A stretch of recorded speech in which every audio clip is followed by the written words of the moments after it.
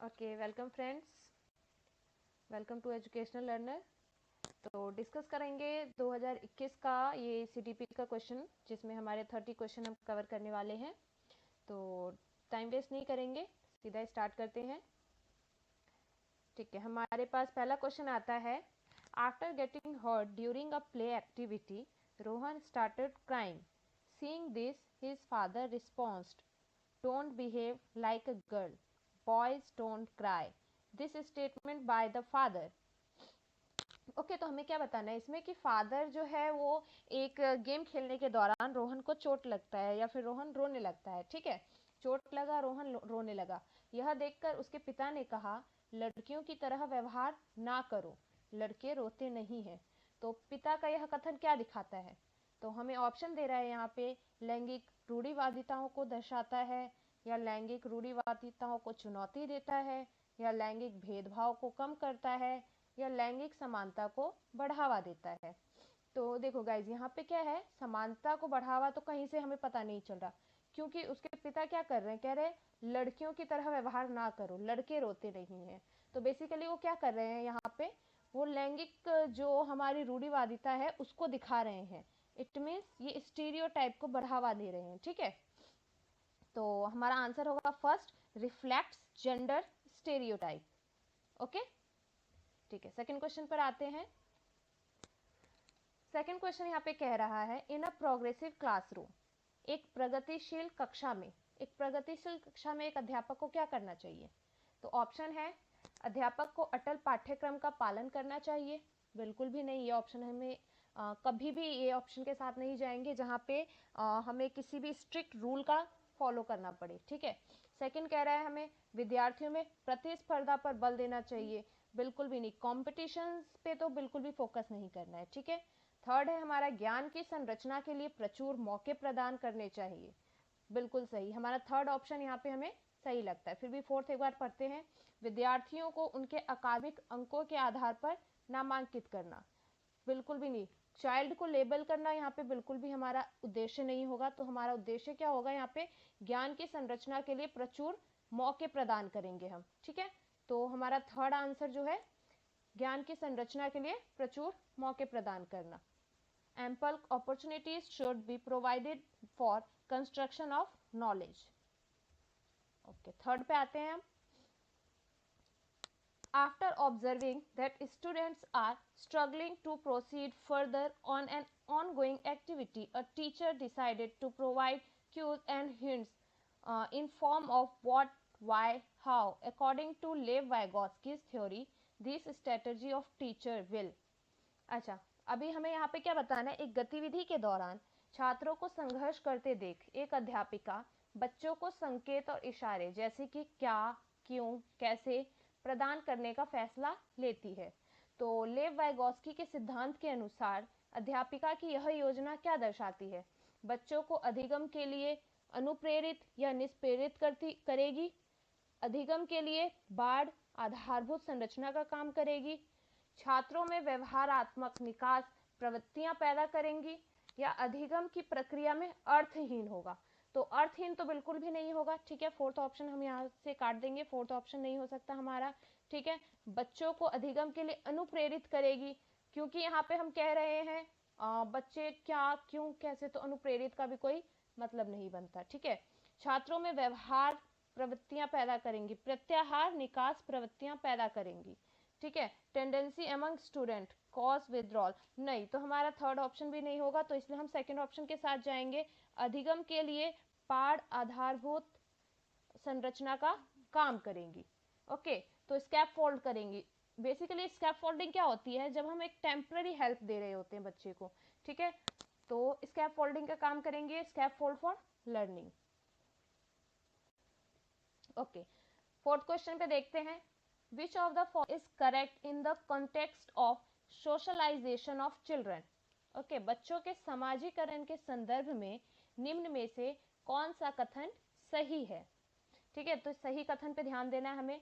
पहला ऑप्शन क्या कह रहा है, विद्यालय समाजीकरण का द्वितीय कारक है और परिवार समाजीकरण का प्राथमिक कारक है। बिल्कुल सही, पहला ही ऑप्शन यहाँ पर हमें सही मिल गया। फिर भी मैं एक बार आगे के ऑप्शंस भी देख लेते हैं। ठीक है। विद्यालय समाजीकरण का एक प्राथमिक कारक है और समकक्षी समाजीकरण के द्वितीय कारक है। समकक्षी समाजीकरण के प्राथमिक कारक है और परिवार समाजीकरण का एक द्वितीय कारक है। परिवार एवं जनसंचार दोनों समाजीकरण के द्वितीय कारक हैं। तो देखिए ये सही है यहाँ पे कि हमारा स्कूल जो है सेकेंडरी हम इसको मानते हैं, बट जहाँ भी अगर परिवार को प्राथमिकता दी गई है तो हम हमेशा परिवार के साथ जाएंगे कि फैमिली जो होती है वो फर्स्ट ऑप्शन होता है बच्चे के लिए। उसके लिए अगर हम एजेंसी की बात करें तो फर्स्ट एजेंसी जो होती है सोशलाइजेशन की वो फैमिली होती है। तो इसलिए हमारा फर्स्ट ऑप्शन बिल्कुल सही होगा। अब आते हैं हम फिफ्थ में। बहुबुद्धि सिद्धांत जोर देता है, theory of multiple intelligence emphasis that बुद्धिलब्धि केवल वस्तुनिष्ठ परीक्षणों द्वारा ही मापी जा सकती है।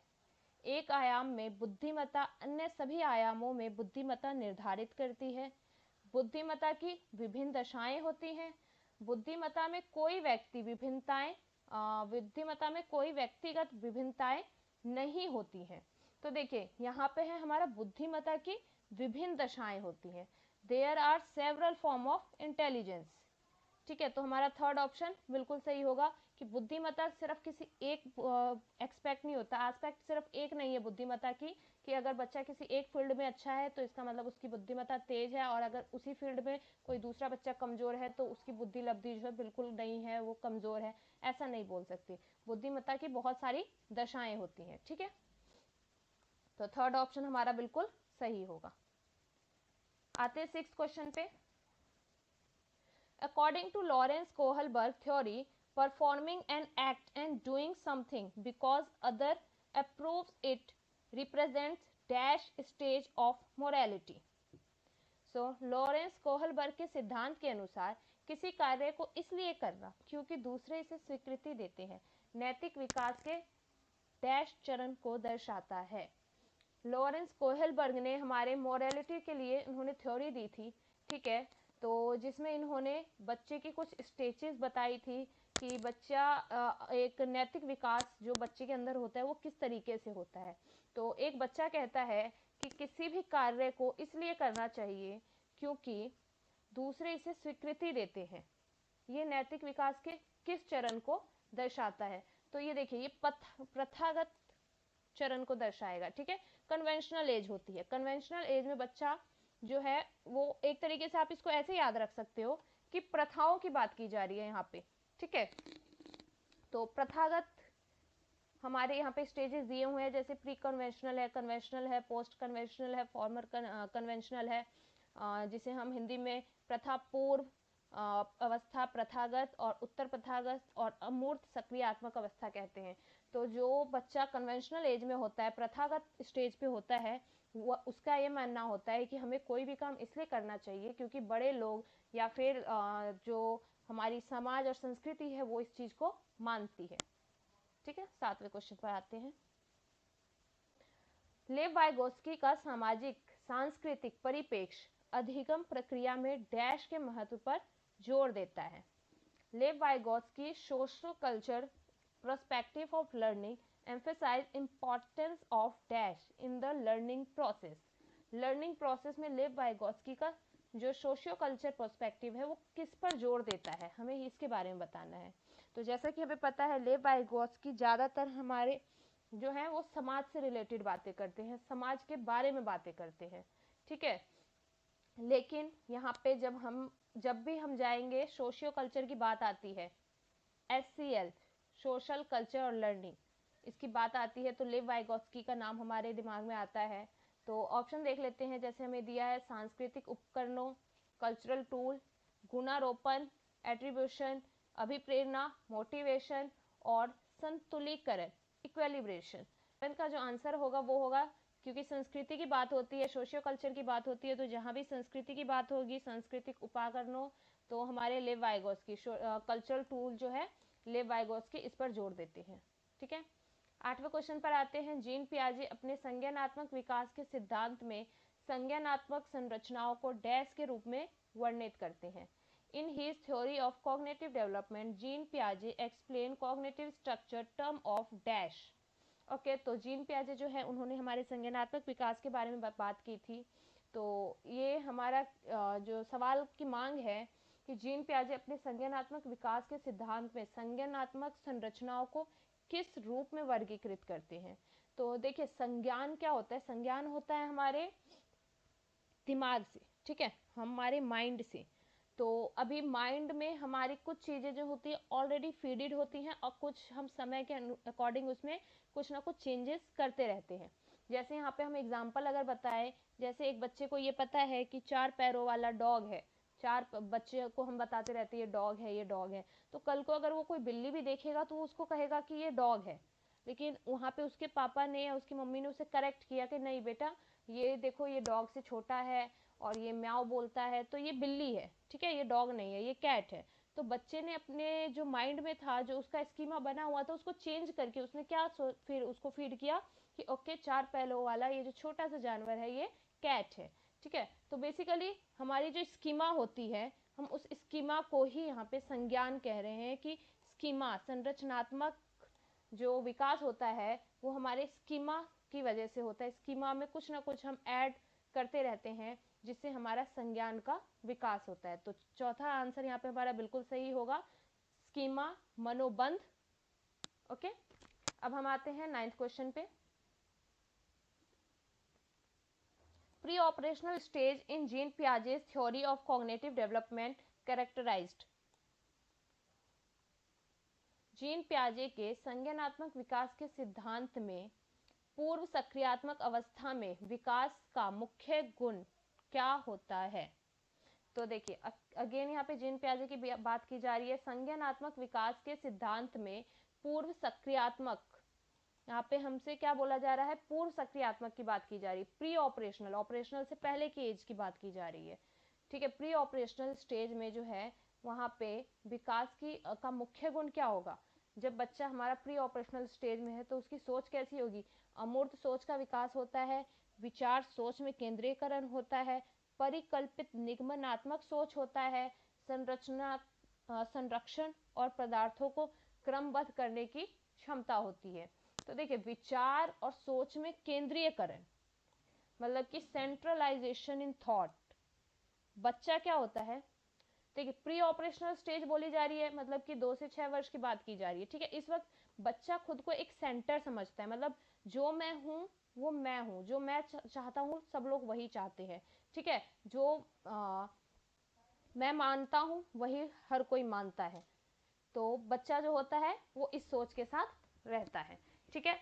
अब हम आते हैं 10th क्वेश्चन पे। 10वां क्वेश्चन हमसे क्या कहता है? Which of the following statement is correct in context of development.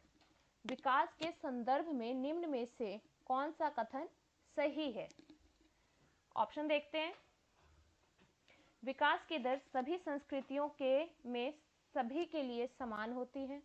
विकास केवल विद्यालय में होने वाले अधिगम से ही होता है।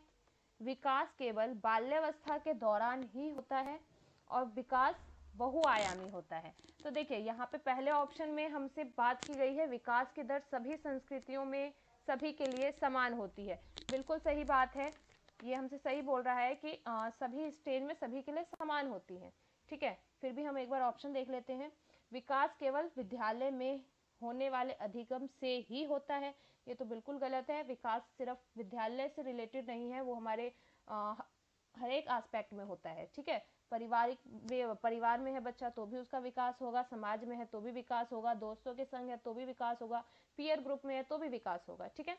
थर्ड ऑप्शन कहता है विकास केवल बाल्यावस्था के दौरान होता है। बिल्कुल नहीं, ऐसा भी नहीं है कि सिर्फ बाल्यावस्था में ही विकास होगा। किशोरावस्था में बाल्यावस्था से ज़्यादा दुगनी तेजी से विकास होता है, क्योंकि उस वक्त उसका फिजिकल जो डेवलपमेंट होता है वो भी स्पीड में होता है, मेंटल कॉग्निशन मतलब कि सभी एस्पेक्ट में उसका विकास तेज हो रहा होता है।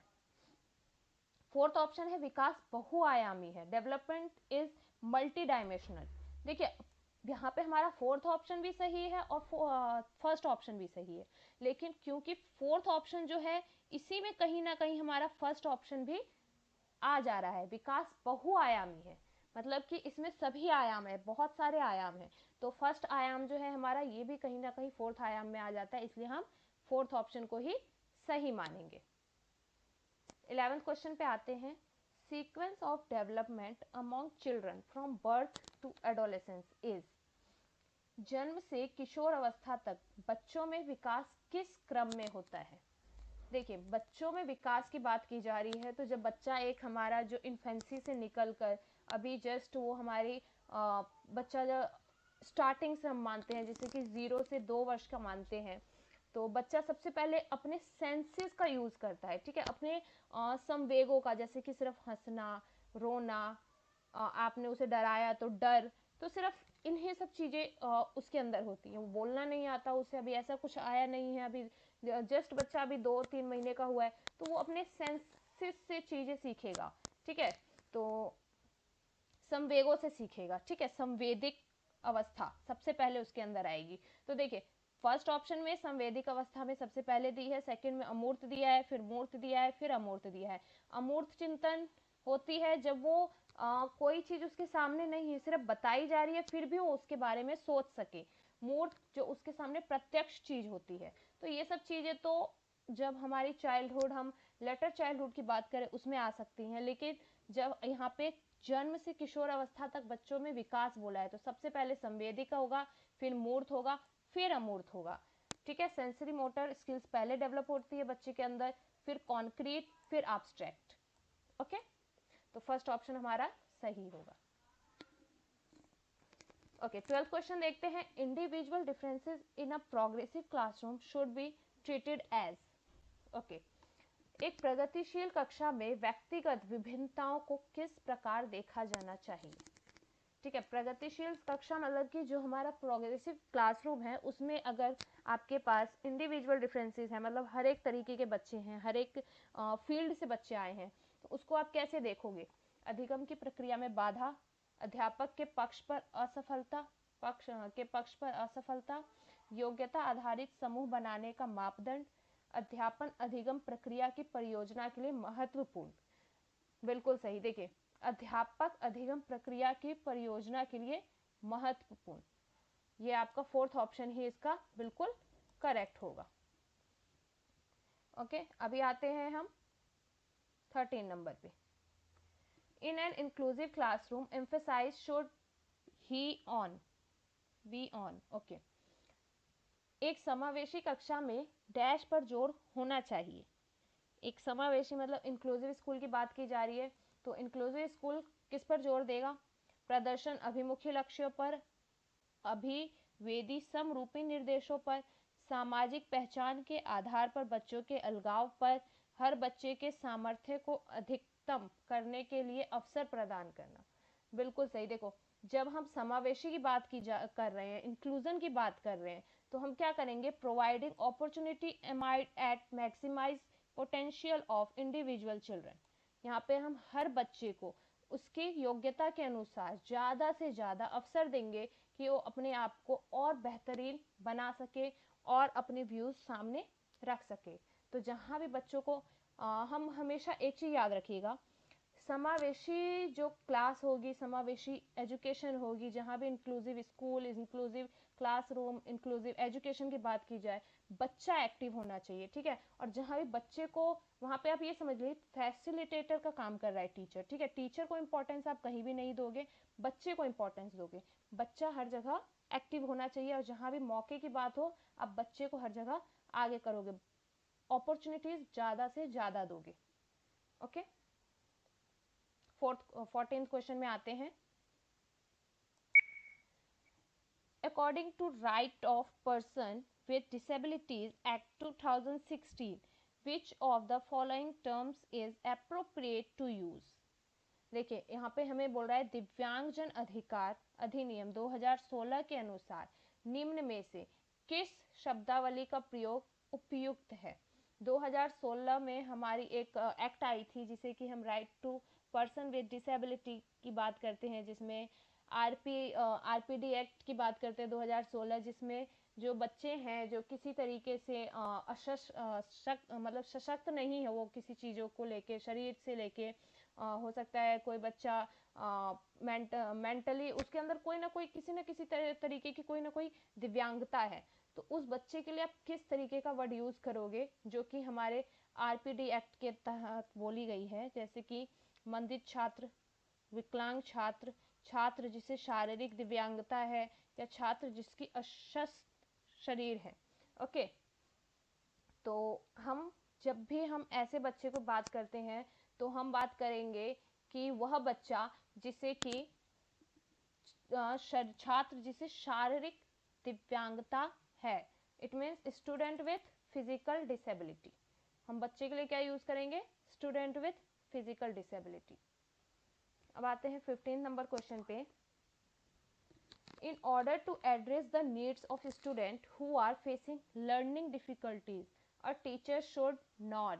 अब देखिए यहाँ पे जहाँ पे भी not नहीं वाला क्वेश्चन आएगा उसे हम थोड़ा ध्यान से 2 बार पढ़ेंगे, ठीक है।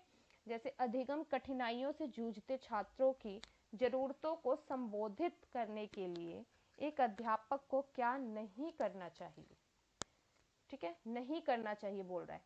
दृश्य श्रव्य सामग्रियों का इस्तेमाल बिल्कुल करना चाहिए, फर्स्ट ऑप्शन बिल्कुल सही है, लेकिन हमसे यहाँ पे गलत पूछा जा रहा है तो हम सही का ऑप्शन नहीं देंगे, ठीक है। संरचनात्मक शास्त्रीय उपागमों का इस्तेमाल बिल्कुल करना चाहिए। व्यक्तिगत शैक्षिक योजना बनाना बिल्कुल बनाना चाहिए। शिक्षा शास्त्र और आकलन की जटिल संरचनाओं का प्रयोग। देखिए यहाँ पे क्या बोल रहा है? Practice right structure of pedagogy and assessment. अब यहाँ पे जहाँ भी हमें जटिल संरचनाओं की बात की जा रही है तो वहां पे ये ऑप्शन हमारा बिल्कुल गलत है, और ये ऑप्शन क्योंकि गलत है इसलिए यही ऑप्शन सही है, क्योंकि पूछा ही गया गलत है, ठीक है। तो हमारा 15 का फोर्थ ऑप्शन होगा शिक्षा शास्त्र और आकलन की जटिल संरचनाओं का प्रयोग। 16 नंबर पे आते हैं, संरचनात्मकता की पहचान का प्रमुख लक्षण क्या है? Dash is the primary identifying feature of creativity.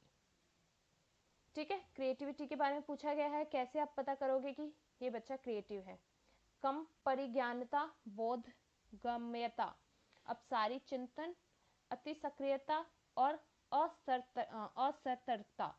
अब देखिए यहाँ पे जो है हमें संरचनात्मक, जो क्रिएटिव बच्चा है उसके बारे में पूछा जा रहा है, जो आप कैसे पता करोगे कि वो बच्चा क्रिएटिव है? तो यहाँ पे होगी अपसारी चिंतन, जिसे कि हम बोलते हैं डाइवर्जेंट थिंकिंग। डाइवर्जेंट थिंकिंग मतलब आपने कोई सवाल दिया, सवाल का आपने एक जवाब बताया, वो जो क्रिएटिव बच्चा होगा वो उसके 2 या 2 से ज्यादा ऑप्शंस आपको बता सकता है कि मैम या सर इसको हम ऐसे भी कर सकते हैं, इसको हम वैसे भी कर सकते हैं। मतलब डाइवर्जेंट थिंकिंग होगी, उसकी थिंकिंग किसी एक एस्पेक्ट को ना देख के मल्टीपल एस्पेक्ट देखेगी, ठीक है। अब आते हैं 17 नंबर क्वेश्चन पे। In order to address learners from diverse background, a teacher should। विविध पृष्ठभूमियों से अधिगमकर्ताओं को संबोधित करने हेतु एक अध्यापक को। विविध पृष्ठभूमि का मतलब हो गया हर एक प्रकार के व्यक्ति उसमें आ सकते हैं, ठीक है। विविधता संबंधी मुद्दों पर बातचीत टालनी चाहिए, ये ऑप्शन बिल्कुल ही गलत है। जहां पे भी बातचीत टालने की बात होगी वहां पे ये ऑप्शन हमारा गलत है। विविध विन्यासों से उदाहरण लेने चाहिए, सभी के लिए मानकीकृत आकलनों का इस्तेमाल करना चाहिए, ऐसे कथनों का इस्तेमाल करना चाहिए जो नकारात्मक रूढ़िबद्ध धारणाओं को मजबूत करे, बिल्कुल भी नहीं। यहाँ पे जहाँ पे भी हमें स्टेरियोटाइप्स को बढ़ावा देने की बात की जाएगी वो ऑप्शन तो हमेशा ही गलत है, ठीक है। तो हमारा 17 का आंसर होगा विविध विन्यासों से उदाहरण लेने चाहिए। विविध विन्यासों मतलब आपके पास जो बच्चा है हो सकता है वो जाति में भिन्न हो, या आपके पास जो बच्चा है वो धर्म में भिन्न हो, रंग रूप में भिन्न हो, ठीक है। कोई गरीब है, कोई अमीर है, कोई मोटा है, कोई पतला है, कोई काला है, कोई गोरा है, धर्म जाति में अंतर है। तो ऐसे में आप विभिन्न विन्यासों का उदाहरण दे सकते हैं जिससे कि वो इंडिविजुअली सब बच्चों पे असर हो, ठीक है, किसी को ऐसा ना लगे कि आप पक्षपात कर रहे हो। 18 नंबर पे आते हैं। 18वां क्वेश्चन कह रहे हैं हमसे, problem solving abilities can be facilitated bye. समस्या समाधान क्षमताओं को किस प्रकार सुसाध्य किया जा सकता है? ओके, प्रॉब्लम सॉल्विंग की बात की जा रही है कि आप कैसे फैसिलिटेट करोगे। लगातार अभ्यास और कार्यान्वयन पर जोर देकर, समस्याओं के हल हेतु अटल प्रक्रिया के इस्तेमाल को बढ़ावा देकर, समरूपों के इस्तेमाल को बढ़ावा देकर, विद्यार्थियों में डर की भावना पैदा करके। देखिए, फियर तो कभी भी नहीं, बच्चों में डर आप कभी नहीं डालोगे, ठीक है। उसके बाद हमारा ऑप्शन लगातार अभ्यास और कार्यान्वयन पर जोर देकर, ठीक है, focusing on drill and practice, बिल्कुल भी नहीं, ये ऑप्शन भी हमारा बिल्कुल गलत है। तो अब हमारे पास बचा क्या, 2। देखिए, अगर आप ऑप्शंस को एलिमिनेट करना सीख जाओगे तो सीडीपी से इजी कोई आप मुझे सब्जेक्ट नहीं लगता। सीडीपी सिर्फ एक समझने वाला सब्जेक्ट है। अगर आप इसमें से एलिमिनेशन वाला रूल यूज करते हो ना, तो ये समझ लीजिए मेरे हिसाब से 95% क्वेश्चन आप ऐसे ही कराओगे, अगर आप एलिमिनेट करना जानते हो ऑप्शंस को, ठीक है। तो हमारे पास यहाँ पे 2 ऑप्शन बचते हैं, समस्याओं के हल हेतु अटल प्रक्रिया का इस्तेमाल को बढ़ावा देकर। तो देखिए, ये ऑप्शन भी यहाँ पे बिल्कुल गलत है। हम जहाँ पे भी फिक्स्ड प्रोसेस की बात की जा रही है, आप एक ही प्रोसेस को फॉलो नहीं कर सकते हो, ठीक है। समरूपों के इस्तेमाल को बढ़ावा देकर, एनकरेजिंग यूज ऑफ एनालॉजीज, बिल्कुल सही, हम यहाँ पे समरूपों को बढ़ावा देंगे, ठीक है, कि हाँ ऐसे भी हो सकता है, ऐसे भी हो सकता है, ठीक है। इसका ए फॉर्मूला भी है, बी भी है, सी भी है, डी भी है, मतलब कि आप यहाँ पे उसी के समान रूपों में बता सकते हो उसको, ठीक है। 19 पे आते हैं, motivation to learn can be sustained by, अधिगम की अभिप्रेरणा को किस प्रकार कायम रखा जा सकता है। बच्चे को दंड देकर प्रवीणता अभिमुखी लक्ष्यों को पर जोर देकर, बच्चों को बहुत आसान क्रियाकलाप देकर, यंत्रवत याद करने पर जोर देकर, बिल्कुल नहीं। देखिए, बच्चे को दंड देना बिल्कुल गलत, ठीक है। रोट लर्निंग की बात नहीं करेंगे हम यहाँ पर। फोकसिंग ऑन मेस्ट्री ओरिएंटेड गोल्स, ये हो सकता है। गिविंग वेरी इजी टास्क, नहीं, इजी टास्क की भी बात नहीं करेंगे हम। क्या होगा इसमें, सेकंड, प्रवीणता अभिमुखी लक्ष्यों पर जोर देकर, ओके। 19वें का सेकंड ऑप्शन, ओके। थर्ड पे आते हैं, शर्मिंदगी, शेम का संज्ञान से कोई संबंध नहीं, का संज्ञान पर नकारात्मक प्रभाव पड़ सकता है, बच्चों को अधिगम हेतु अभिप्रेरित करने के लिए बहुत प्रभावशाली है, के भाव को अध्यापन अधिगम प्रक्रिया में बारंबारता पैदा करनी चाहिए। तो इसका आंसर होगा का संज्ञान पर नकारात्मक प्रभाव पड़ सकता है। लाइक संज्ञान क्या है, हमारा ज्ञान, मतलब हमारे की कॉग्निशन की बात की जा रही है यहाँ पे। तो बिल्कुल हमारे एक बच्चे को अगर किसी भी चीज को लेके शर्मिंदगी है तो उसके कॉग्निशन पर इफेक्ट आएगा। सपोज कोई बच्चा है जो कि आपके ग्रामीण इलाके से आया है, ठीक है, वो रूरल बैकग्राउंड से आया हुआ है और वो आके दिल्ली के या फिर किसी अच्छे शहर के स्कूल में वो एडमिशन लेता है, जहाँ पे उसको ये उसके पीयर ग्रुप से ये जताया जाता है कि तुम गांव से आए हो, तुम ये नहीं कर सकते, तुम वो नहीं कर सकते, तुम्हारे पहनावा अच्छा नहीं है। तो वो क्या है, वो उसके संज्ञान पर असर डालेगा, ठीक है ना, कि उसका जो कॉग्निशन होगा, उसका कॉग्निटिव डेवलपमेंट है, वो उससे इफेक्ट आएगा उस पर। तो शर्मिंदगी होगी उसे, तो उससे उसके संज्ञान पर नकारात्मक प्रभाव पड़ सकता है, ठीक है। 21वें क्वेश्चन पर आते हैं।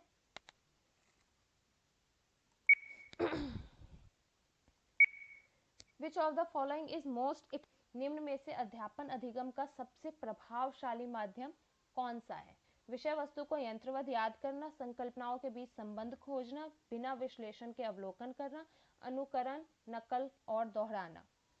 तो हमारा 21वें का आंसर क्या होगा इसमें, संकल्पनाओं के बीच संबंध खोजना, ठीक है।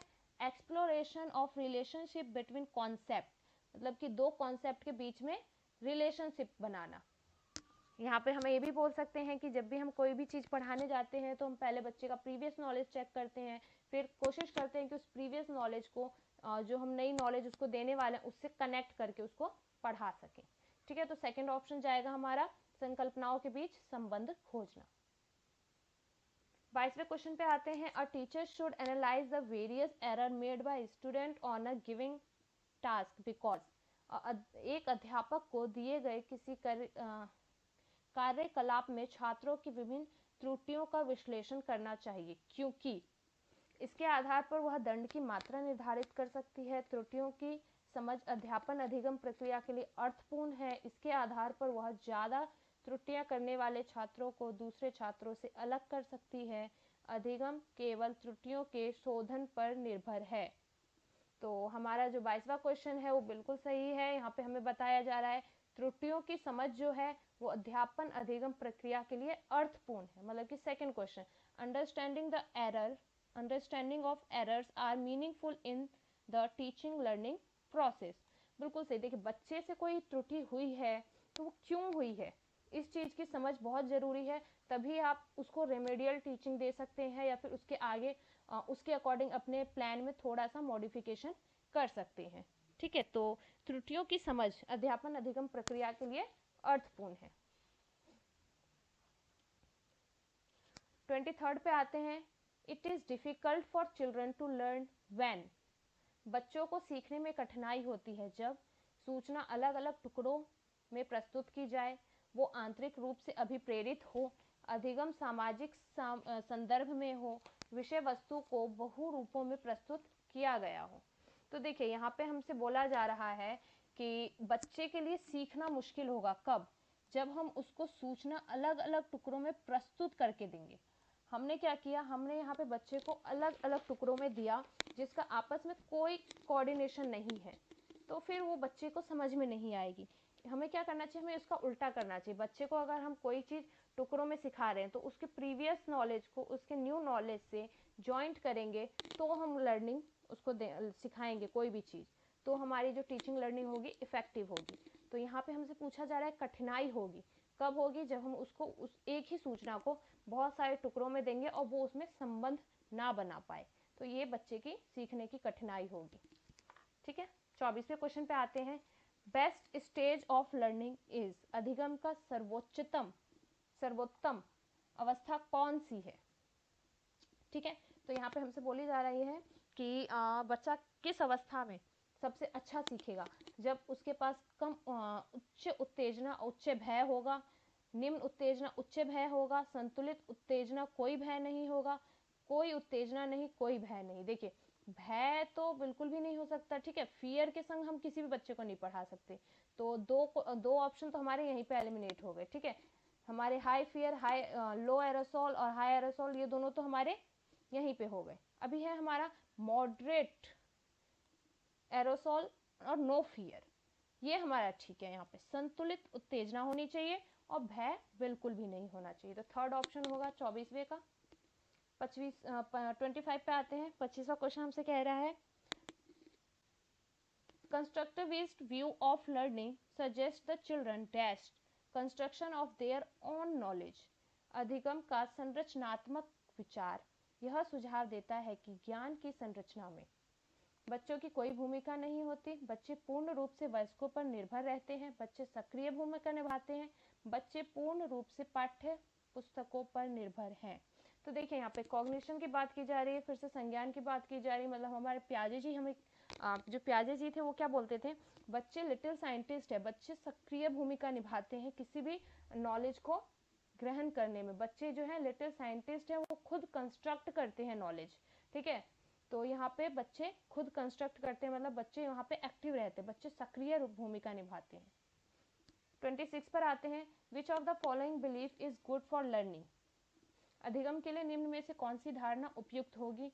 योग्यता सुधार्य है, योग्यता अटल है, प्रयासों से कोई फर्क नहीं पड़ता, असफलता अनियंत्रित है। तो देखिए, 26 जो है हमसे कह रहा है, इसमें योग्यता सुधार्य है, एबिलिटी इज इम्प्रूवेबल। ठीक है, एबिलिटी इज इम्प्रूवेबल, किसी बच्चे की योग्यता को हम सुधार सकते हैं धीरे धीरे धीरे। अगर किसी बच्चे ने कोई गलती की है तो उसमें हम रेमेडियल टीचिंग के अकॉर्डिंग या फिर रेमेडियल टीचिंग करके उसको चेंज कर सकते हैं, तो योग्यता उसकी आगे बढ़ाई जा सकती है। 27 पे आते हैं, 27वां क्वेश्चन हमसे कह रहा है, conceptual understanding among student is likely to improve in the sitting which emphasizes on। निम्न में से कौन सी परिपाटी विद्यार्थियों में संकल्पनात्मक समझ में बढ़ोतरी करने में सहायक है।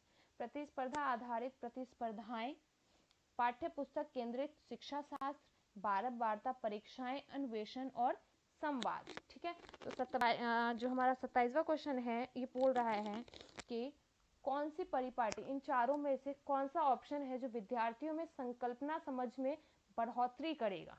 ठीक है, मतलब कि उनका जो यहाँ पे कॉन्सेप्ट है वो बढ़ेगा, कॉन्सेप्ट होगा, उनका जो कॉन्सेप्चुअल अंडरस्टैंडिंग है वो इंक्रीज होगी। तो हमारा जो ऑप्शंस है उसमें से हमारा अन्वेषण और संवाद, मतलब संवाद हो गया, यहाँ पे बोलने की बात, चर्चा की बात की जा रही है, ठीक है। इंक्वायरी एंड डायलॉग, बच्चा ज़्यादा इंक्वायरी करेगा तो वो, इसका मतलब ज़्यादा रुचि ले रहा है, ज़्यादा सीखेगा। तो इंक्वायरी एंड डायलॉग, अन्वेषण और संवाद, फोर्थ ऑप्शन हमारा करेक्ट होगा। बाय गॉड, जो during a task Shaina is talking to herself about why she can proceed on the task. According to Lev Vygotsky idea on language and thoughts, this kind of private speech is a sign of। एक कार्य के दौरान साइना स्वयं से बात कर रही है कि यह वह कार्य पर किस प्रकार प्रगति कर सकती है। लेव वाइगोत्स्की के भाषा और चिंतन सोच के बारे में दिए गए विचारों के अनुसार इस तरह का व्यक्तिगत वाक्य क्या दर्शाता है। देखिए, हमारे लेव वाइगोत्स्की ने कहा था कि बच्चे जो है स्वयं से बात करते हैं, इसका मतलब वो खुद से बात करके खुद को ही नियम बता रहे हैं, खुद को ही वो जो है डायरेक्शन दे रहे हैं। तो हमारा जो ऑप्शन है, देखिए क्या संज्ञानात्मक अपरिपक्वता, आत्मकेंद्रिता, मनोवैज्ञानिक विकार। ओके, तो यहाँ पे हमारा है कॉग्निटिव इमेच्योरिटी दिखाता है, या सेल्फ रेगुलेशन दिखाता है, इकोसेंट्रिज्म दिखाता है, या साइकोलॉजिकल डिसऑर्डर दिखाता है। तो देखिए, इकोसेंट्रिज्म जो है, हमारे पियाजे जी ने ये वर्ड यूज किया था बच्चों के लिए कि जब बच्चे इस तरीके से कोई खुद से खुद को बात कर रहे हैं, खुद से बात कर रहे हैं, तो वो खुद को ही सेंटर में मानते हैं। तो ये पियाजे की बातों, अगर यहाँ पे पियाजे बोला जाता है तो हम इगोसेंट्रिज्म, आत्म केंद्रिता की ऑप्शन को टिक करते हैं। लेकिन यहाँ पे वाइगोत्स्की की बात की जा रही है, तो वाइगोत्स्की के अकॉर्डिंग ये सेल्फ रेगुलेशन है, ठीक है। बच्चा खुद से खुद को रेगुलेशन दे रहा है, मतलब कि खुद से खुद की बात कर रहा है वो, तो खुद को डायरेक्शन दे रहा है वो, स्वयं नियमन। 29 पर आते हैं। Evaluation practice should aim at, मूल्यांकन पद्धतियों का लक्ष्य होना चाहिए विद्यार्थियों को नामांकित करना, योग्यता आधारित समूहों में विद्यार्थियों को विभाजित करना, विद्यार्थियों की जरूरतों एवं आवश्यकताओं की पहचान करना, पुरस्कार वितरण हेतु उच्च अंक प्राप्त करने वाले विद्यार्थियों की पहचान करना। ठीक है, तो देखिए यहाँ पे बिकॉज ऑफ प्राइज, सिर्फ एक प्राइज की वजह से हम बच्चे को मूल्यांकित कर रहे हैं, तो ये गलत है। ठीक है, हम अगला है हमारा identify students need and requirements, बिल्कुल सही। देखिए यहाँ पे है विद्यार्थियों की जरूरतों एवं आवश्यकताओं की पहचान करना। हम बच्चे का मूल्यांकन कर रहे हैं, उनका इवेल्यूशन कर रहे हैं, सिर्फ इसीलिए कि हम उनकी आवश्यकताओं को पहचान सके कि अगर बच्चा किसी चीज़ में कमज़ोर है तो क्यों कमज़ोर है, किस तरीके से हम उसको बढ़ा सकते हैं।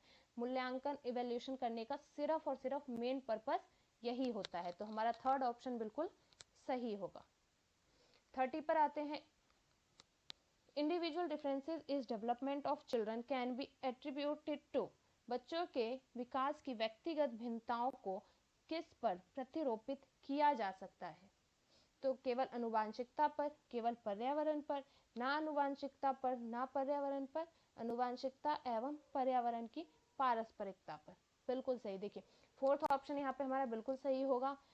बच्चा जो है हमारा, उसका जो विकास हुआ है, जो इंडिविजुअल डिफरेंसेस है उसके अंदर, वो जो है अनुवांशिकता का उस पर पूरा प्रभाव होता है, पर्यावरण का भी प्रभाव होता है। लेकिन हम ये नहीं कह सकते कि कोई भी बच्चा सिर्फ अनुवांशिकता की वजह से अलग है या फिर सिर्फ पर्यावरण की वजह से अलग है।